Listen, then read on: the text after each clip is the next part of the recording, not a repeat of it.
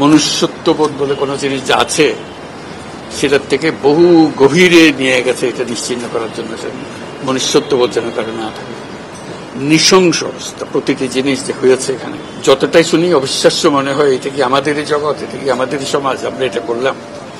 এবং যারা নিগৃহীত হয়েছে, যারা এটা শিকার হয়েছে, তারা আমাদের সঙ্গে আছে, তাদের মুখের থেকে শুনলাম কিভাবে হয়েছে। কোনো ব্যাখ্যা নাই। এটা ব্যাখ্যা থাকলে কিছু একটা হলে মানুষ বোঝে যে এটার কারণ ছিল। এটা বিনা কারণে রাস্তা থেকে উঠিয়ে আনার মতো কথা। বিনা দোষে কতগুলো সাক্ষী সাবুত হাজির করে সেই যন্ত্র এক্সপ্লোসিভ কতগুলো গাড়ির ভিতরে ঢুকিয়ে দিয়ে তারা বলছে তুমি সন্ত্রাসী, জঙ্গি, এইগুলো বলে বলে তাকে নিয়ে আসা হয়েছে। এবং এইরকম ইন্টারোগেশন সেল, এরকম টর্চার সেল, এরকম টর্চার সেল সারা বাংলাদেশ জুড়ে আছে, সেটাও শুনলাম আজকে। আমার ধারণা ছিল যে এটা বোধহয় এখানে আয়নাগর বলতেছি কয়েকটা আছে, এখন শুনতেছি আয়নাগরের বিভিন্ন ভার্সন সারা দেশ জুড়ে আছে। কেউ বলছে 700, কেউ বলে 800। এতে সংখ্যাও নিরূপণ করা যায়নি পর্যন্ত, কতটা আছে, কতটা জানা আছে, কতটা অজানা রয়ে গেছে সেই জিনিসগুলো। আমরা এমনি শুনি আইএমএ জাহেলিয়াত বলে একটা কথা আছে। এই গত সরকার এই আইএমএ জাহেলিয়াতকে প্রতিষ্ঠিত করে গেছে সর্বক্ষেত্রে, এটা তার একটা নমুনা। আর আমি কমিশনকে ধন্যবাদ জানাচ্ছি, তারা বহু কষ্ট করেছে। অন্যান্য কমিশন তো তারা করেছে, অন্তত তারা নিজেদের ঘরে বসে করতে পেরেছে। এদেরকে গুম কমিশনের যেটা, তারা কোদালা এগুলো আবিষ্কার করার জন্য আসতে হয়েছে, তাদেরকে বের করার জন্য। কিসের মধ্যে লুকিয়েছিল, কারা কি করেছে, এখনো ধ্বংসাবশেষ আমরা দেখতেছি। কাজে আমরা দেশের যে চূড়ান্ত অবনতি, চূড়ান্ত রূপ দেখলাম সর্বক্ষেত্রে, এটা তার একটা প্রতিচ্ছবি।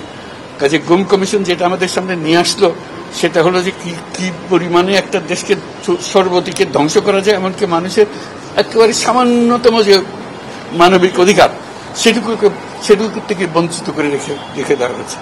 আজকে এটা জাতির জন্য একটা বড় চূড়ান্ত রকমের একটা ডকুমেন্ট হবে। আপনাদের সাক্ষী রেখে আপনাদেরকে নিয়ে এসে আমরা শরিক হলাম এটাতে।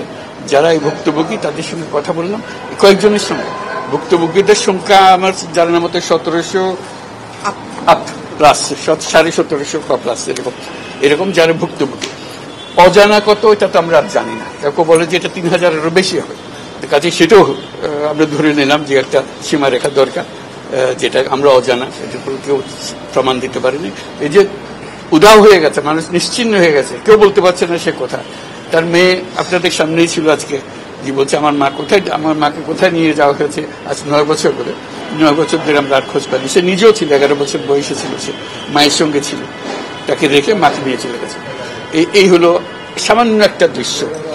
এই দৃশ্য বড় করুণ দৃশ্য। এবং এটার কঠিনতম যে লেসনটা হলো, যারা করেছে তারা আমাদেরই সন্তান, আমাদেরই ভাই, আমাদেরই ঘনিষ্ঠ আত্মীয়, তারাই করেছে।